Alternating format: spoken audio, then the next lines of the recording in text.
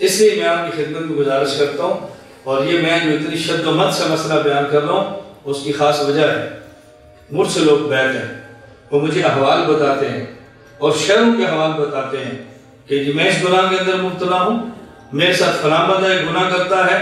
اور یہ بات ہمیشہ یاد رکھنا، جب آپ کسی شخص کے ہاتھ پر بیعت کریں پھر اپنا گناہ چھپائیں مت، اپنا گناہ اس کو بتائیں تاکہ وہ آپ کو علاج بتائے اور علاج پہ عمل کرے، اپنے گناہ سے جان چھوڑیں۔ بیعت صرف برکت کے لیے نہیں ہوتی، بیعت اپنے آپ کو خود کو بدلنے کے لیے ہوتی ہے، بیعت خود کو بدلنے کے لیے ہوتی ہے۔ ہمارے ذہن میں کیا ہوتا ہے، اگر میں نے گناہ کیا، میں نے اپنے شیخ کو بتا دیا، میرے چہرے پر تو داڑھی ہے، میں نے کچھ وقت جماعت میں لگایا ہے، میں نے کچھ سال مدرسے پڑھے ہیں، یا میں مولانا ہوں، یہ میرے بارے میں کیا سن بنائیں گے، کیسا بندہ ہے؟ یہ بات اچھی طرح ذہن نشین فرما لیں، اگر شیخ کا مرید اپنے گناہ شیخ کو بتائے اور ان گناہوں کی وجہ سے شیخ مرید سے نفرت کرے، ایسا شیخ بننے کا اہل ہی نہیں ہے، یہ نالائق انسان ہے، یہ شیخ بننے کا اہل نہیں ہے۔ کم از کم اپنے شیخ کو ماں کی طرح سمجھ لو، ماں کا چھوٹا بچہ ہو اور بچے کی پیمپر میں ٹٹی نکل جائے، ماں کو پتا چلے ماں بچے سے نفرت نہیں کرتی، بچے کی ٹٹی کو صاف کرتی ہے۔ شیخ کو پتا چلے میرا مرید گناہ میں ملوث ہے، مرید سے نفرت نہیں کرتا، مرید سے گناہوں کو پاک کرنے کی فکر کرتا ہے۔ ہم سمجھے نہیں ہے شیخ کیا ہے نا، اس لیے بیعت بھی کر لیں گے، گناہ چھپاتے بھی رہیں گے، بیعت بھی کر لیں گے، بتائیں گے بھی نہیں، بیعت بھی کر لیں گے اور اپنا جرم بھی نہیں بتائیں گے۔ بتاؤ اصلاح کیسے ہوگی؟ جس جرم میں ملوث ہے اپنا جرم اپنے شیخ کو بتائیں، پھر جو شیخ علاج متعین کرے نا پھر مر جائیں، لیکن اس علاج پہ عمل کرنا۔ جگر مراد آبادی شاعر اور کوئی دین کے شاعر نہیں، دنیا دار شاعر ہے، شراب اور کباب پینے والا آدمی۔ حکیم الامت حضرت تھانوی رحمۃ اللہ علیہ کی خانقاہ میں آئے، رات کو آئے تو تھوڑی تھوڑی شیب بڑی ہوئی تھی، صبح اب جو شیب بڑی تھی اس پر گسرا لگا دیا۔ حضرت تھانوی کے پاس آئے، میں نے بیعت کرنی ہے۔ حضرت تھانوی نے پوچھا رات تمہاری تھوڑی تھوڑی داڑھی نظر آئی تھی، وہ کدھر گئی؟ اس بندے کی نیت ٹھیک تھی، عمل غلط تھا۔ نیت ٹھیک ہو نا اور عمل غلطی سے غلط ہو جائے، اللہ کے معافی گنجائش ہوتی ہے۔ اس نے کہا حضرت آپ حکیم الامت ہیں، میں مریض الامت ہوں، تو میری جو تھوڑی سی میں نے وہ بھی مڑوا دی کہ آپ کو دھوکہ نہ لگے کہ جگر کی داڑھی ہے، تو میں چاہتا ہوں آپ کو پتا چلے کہ میں یہ جرم بھی کرتا ہوں، بس میں مریض الامت، میں نے آپ کی خدمت میں آپ کو خود پیش کر دی ہے، آپ بس میری اصلاح فرمائیں۔ جگر حضرت تھانوی سے بیعت ہو گیا، شراب پیتا تھا، توبہ کر لی، جگر واپس گیا، طبیعت بگڑ گئی۔ آدمی کسی گناہ میں ملوث ہو اور اس گناہ کو چھوڑے، طبیعت بگڑتی ہے۔ عشق مجازی کے اندر مبتلا ہو، اچانک اس عشق کو چھوڑنا پڑے، طبیعت بگڑتی ہے۔ اچانک وہ معشوق نہ ملے، انسان کی حالت غیر ہوتی ہے، لیکن فیصلہ کرو مر جاؤں گا، یہ کام نہیں کروں گا۔ اللہ کریم ہے، ایسا نہیں ہوتا اللہ اسی طرح بندے کو مرنے دے، تھوڑی سی مشقت ہوتی ہے، اللہ اپنے بندے کو تھام دیتے ہیں۔ دیگر کی ٹیم بیٹھی، ڈاکٹروں کی ٹیم چیک اپ کیا تو انہوں نے کہا آپ تھوڑی تھوڑی شراب پیا کریں۔ کیوں؟ کہا ہماری میڈیکل رپورٹ کہتی ہے اگر آپ نے بالکل شراب چھوڑ دیا تو مر جاؤ گے۔ تو جگر نے پوچھا اگر میں تمہاری ہدایات کے مطابق تھوڑا تھوڑا شراب پیتا رہوں تو طبی طور پر میں کتنے سال تک مزید جی سکتا ہوں؟ انہوں نے کہا 10 سال تک۔ اب دیکھو ہم دین سے منسلک ہیں، چہروں پہ داڑیاں ہیں، کوئی مولوی ہوگا، کوئی تبلیغ سے منسلک ہوگا، کسی جماعت سے ہوگا، اور جگر کیسا شاعر تھا، شراب پینے والا آدمی، داڑھی منڈانے والا۔ جگر کو جب چوٹ لگ گئی نا اور شیخ سے بیعت کر لی تو جگر نے پتا کیا کہا؟ اس نے کہا میں اللہ کو ناراض کر کے 10 سال جیوں، اس سے بہتر ہے اللہ کو راضی کروں اور فوراً مر جاؤں۔ مجھے اب اللہ کو ناراض کر کے نہیں جینا، میں نے اللہ کو راضی کر کے جینا ہے۔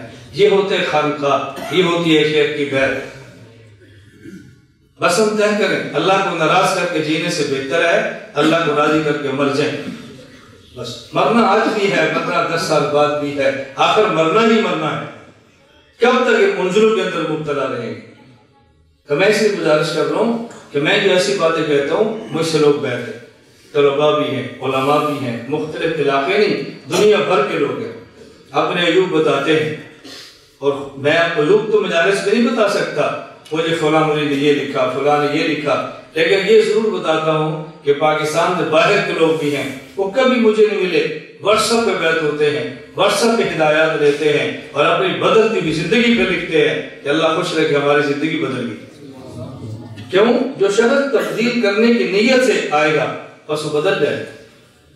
حضرت اقدس مولانا مفتی رشید احمد لدھیانوی نور اللہ مرقدہ کراچی والے، میں حضرت سے بیعت نہیں تھا، لیکن اولا ثانیہ ثالثہ 3 سال تک، اس وقت کیا عمر ہوتی ہے طالب علم، میرا حضرت سے اصلاحی تعلق تھا، جمعے کی مجلس میں جاتا، پھر میں اصلاحی خط لکھتا، مجھے آج بھی یاد ہے، میں کبھی حضرت کو خط لکھتا نا، حضرت مجھ سے فلاں کوتاہی ہوتی ہے، اس کا کیا کروں، حضرت جواب دے فرماتے شاباش شاباش شاباش، اس بات پہ احساس ہوا ہے کہ میری غلطی ہے، شاباش شاباش، شیخ شاباش دیتا ہے، شاباش آپ کو احساس ہوا میں گناہ کرتا ہوں، شاباش آپ کو احساس ہوا میں جرم کرتا ہوں، شاباش آپ نے نیت کر لی ہے بدلنے کی۔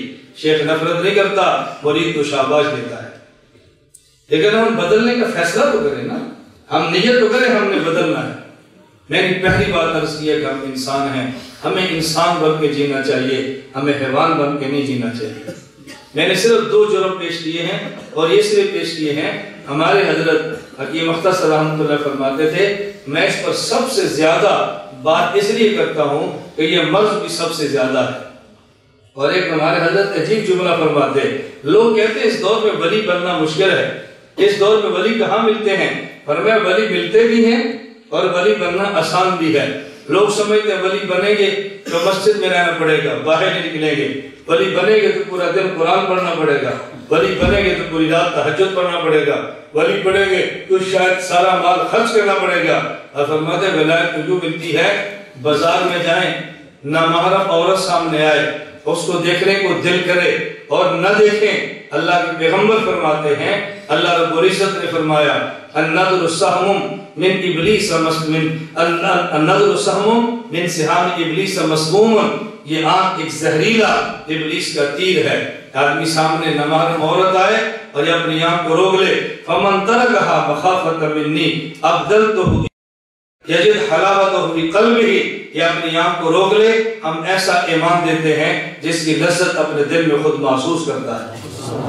جب فرماتے ہیں ولایت جو سیکنڈ میں ملتی ہے، گھنٹوں کی بھی ضرورت نہیں ہے، بس جائیں بازار میں، سامنے عورت ہے، آنکھ بڑھ گئی، ہمارے حضرت فرماتے تھے اگر تھوڑی سی توجہ ہو تو زبان سے کہا کرو نہ دیکھیں گے نہ دیکھیں گے، انہیں ہرگز نہ دیکھیں گے، نہ دیکھیں گے نہ دیکھیں گے، انہیں ہرگز نہ دیکھیں گے، جنہیں دیکھنے سے رب میرا ناراض ہوتا ہے۔ مر جاؤں گا میں نہیں دیکھوں گا۔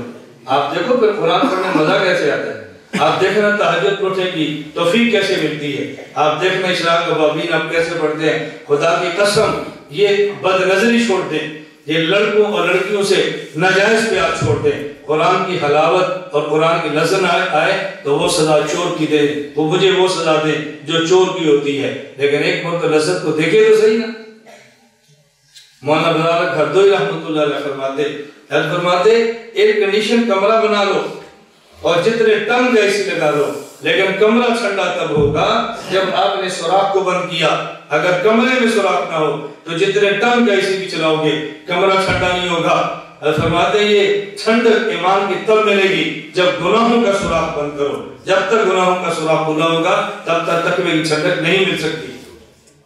لا الہ الا اللہ، لا الہ الا اللہ، لا الہ الا اللہ، ما لنا رب سوا۔ لا الہ الا اللہ، لا الہ